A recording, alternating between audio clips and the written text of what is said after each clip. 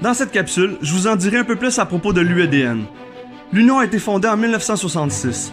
Nous représentons plus de 18 000 membres dans le secteur public et privé dans les établissements du ministère de la Défense nationale. Nous sommes l'un des plus grands éléments de l'AFPC. L'UEDN travaille avec ses membres pour promouvoir l'équité, le respect, la sécurité d'emploi, des salaires et des avantages équitables ainsi que des conditions de travail sécuritaires. Nous travaillons avec les employeurs et les comités locaux pour garantir à tous un milieu de travail libre de danger. Nous collaborons également avec l'Alliance de la fonction publique sur les questions relatives à la santé et à la sécurité. Parlons maintenant de représentation syndicale.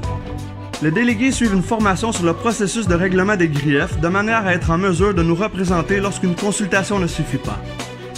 Les agents de représentation du travail professionnel de l'UEDN aident les délégués locaux et représentent les membres au dernier palier du processus de règlement des griefs.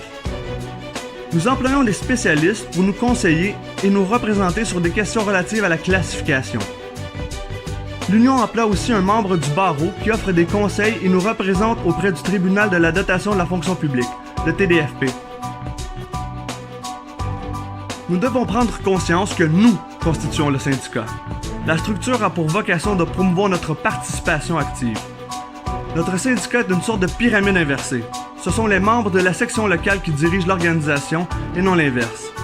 Des membres élus de chaque section locale se réunissent tous les 3 ans lors d'un congrès national pour déterminer les orientations du syndicat, allouer les ressources financières et élire les représentants nationaux. Le Conseil exécutif national de l'UEDN est composé de la présidente nationale et du vice-président exécutif qui exercent leurs fonctions à temps plein, ainsi que de 10 vice-présidents, vice-présidentes régionaux et un conseiller en droit de la personne. Pour plus d'informations, visitez notre site web ou composez l'un des numéros affichés à l'écran.